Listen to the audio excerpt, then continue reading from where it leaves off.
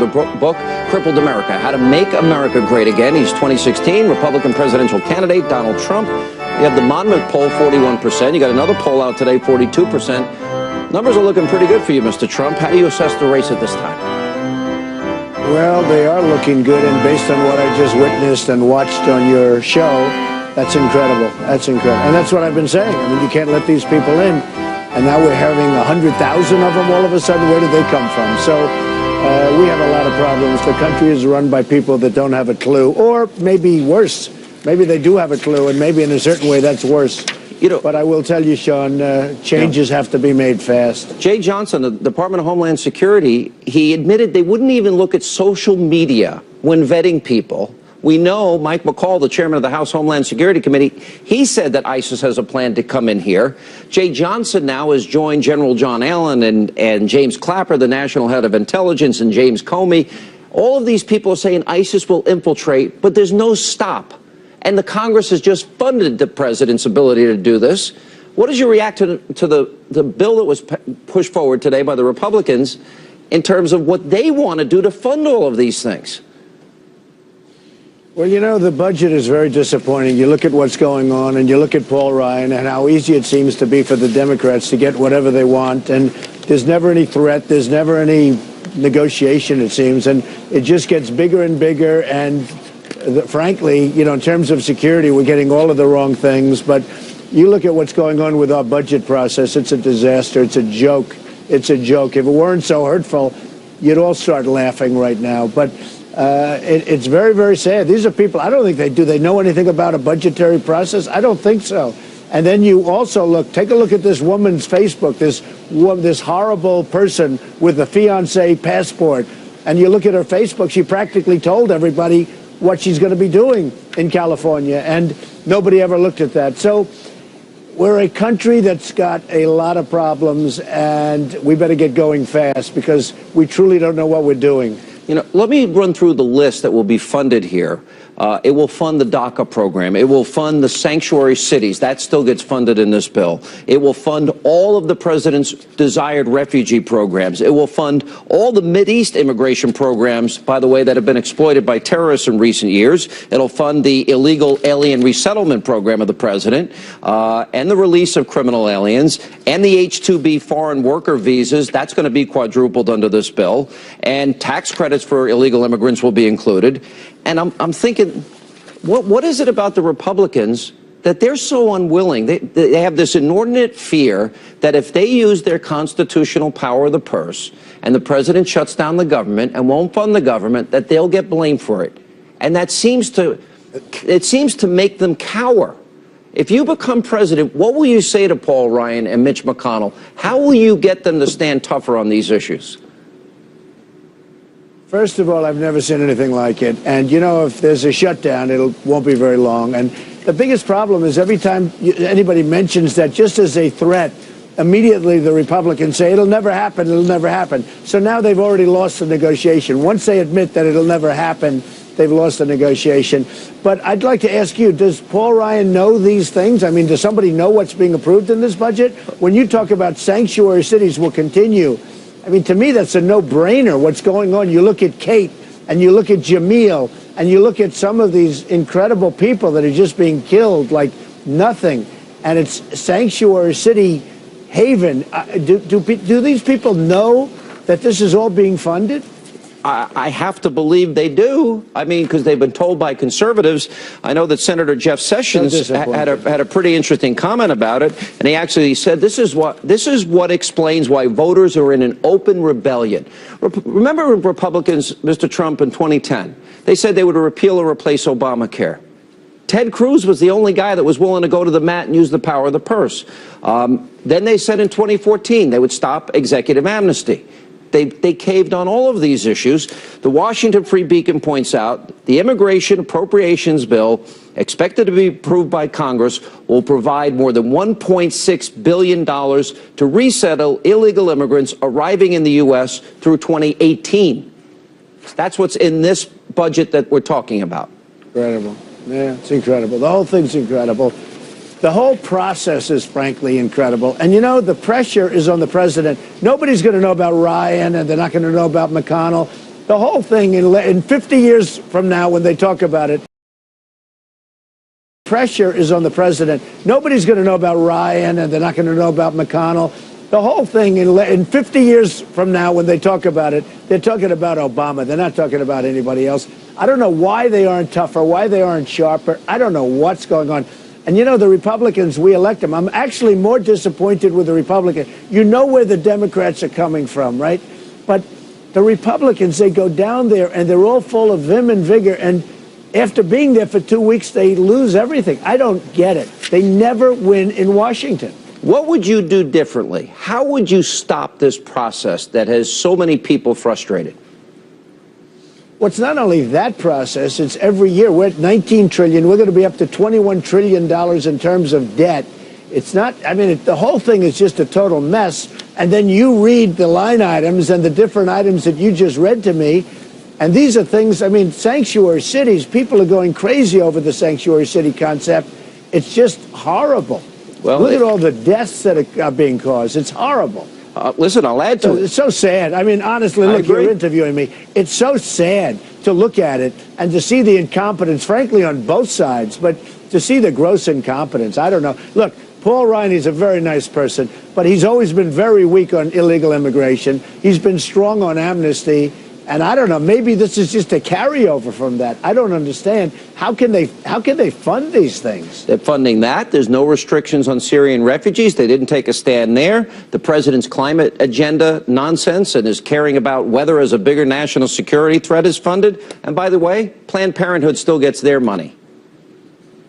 Well, I actually think that in terms of the Syrian refugees versus the people that, you know, more typically have been pouring across our border, I think that the Syrian refugees are our biggest problem. We don't know anything about these people. And, you know, they probably are, at least a big portion of them, could be ISIS. You know, you and I have been talking about the migration. They're young, strong men, so many of them. And we're taking these people in. We have no idea who they are. We have no idea, you know, like where they come from. They have no documents. And we take them in. Nobody knows. I've watched actually on your show that the law enforcement guys, and you have some of the best ones, they say there's no way to tell where they come from. You know, I have the list. Pretty sad. I've played it so often. The FBI director, the director of national intelligence, the president's envoy to defeat Syria, General John Allen, the assistant FBI director, and now Jay Johnson, as incompetent as he is, they're all saying it. All right, we got to take a break. We'll come back. Vladimir Putin praised you. We'll play it for you and get your reaction when we come back. Also, new polls on... Welcome back to Hannity. We continue now with the author of Crippled America, How to Make America Great Again, 2016 Republican presidential frontrunner candidate Donald Trump. All right, Vladimir Putin, of all people, said the following about you, that Donald Trump's bright, a talented person without any doubt. He's the absolute leader of the presidential race. He added, he says he will want to reach another deeper level of relations with Russia. What else can we do but welcome it? Certainly, we welcome it. Your reaction? Well, I welcome it. I think it's great. I think that's what should be happening. I mean, his dislike for President Obama, and it's a mutual thing, is terrible. That's why you see all the conflict, all the problems, all the hatred. We should be able to work. If we can't work with Russia, that's not a good thing. And I'm greatly honored by his statement. I think it's terrific. Let me play for you the Department of Homeland Security Secretary Jay Johnson saying that ISIS can infiltrate the refugee population, especially in light of the comments you've made that have been criticized by some. We do have to be concerned about the possibility that a terrorist organization may seek to exploit our refugee resettlement process. That is true of this country. That's true of every other country that accepts refugees. Okay, everybody, all our intelligence officials are saying this. You made the statement, we need a temporary moratorium on people coming from Muslim countries. Should we have a temporary moratorium, period, until we can get this figured out? Well, I just don't think we just can't afford it as a country. Number one, we can't afford it, period, with or without terrorism. And, you know, we can do things and we can help out. And I'm very much for, you know, in Syria, doing some kind of a safe zone where we help them with, you know, different things so they can live until that maybe they can go back to where they want to be, which is probably where they just left. But I'm all for that. I think we should have a safe zone. We should have the Gulf states, which are loaded with money, and others help us fund it. We shouldn't be funding very much of anything. But I love helping with the safe zone. We cannot allow them to come into our country. We can't do it. Forget the cost standpoint. It's expensive. And you're talking about, I don't know if you saw projections over it. You're talking about billions of dollars, which is shocking. But over a 10-year period, you're talking about a lot of money. I mean, you're talking about a lot of money from day one. But beyond that, the tremendous risk that we're taking if these people are ISIS or affiliated with ISIS or somebody else like ISIS, we can't allow it to happen. Yeah, it's scary when you think of what happened in San Bernardino, when you think what happened in Paris, when you think back, you were in New York, I was in New York on 9/11, 2001. Let's just shift a little bit to politics. Going into the debate this week, a lot of people thought that there might be some back and forth between you and Senator Ted Cruz. For the most part, you guys have not gone at each other, a little bit maybe in the weekend leading up to this debate. How do you feel about these other candidates? You seem to get along with them when you're together with them.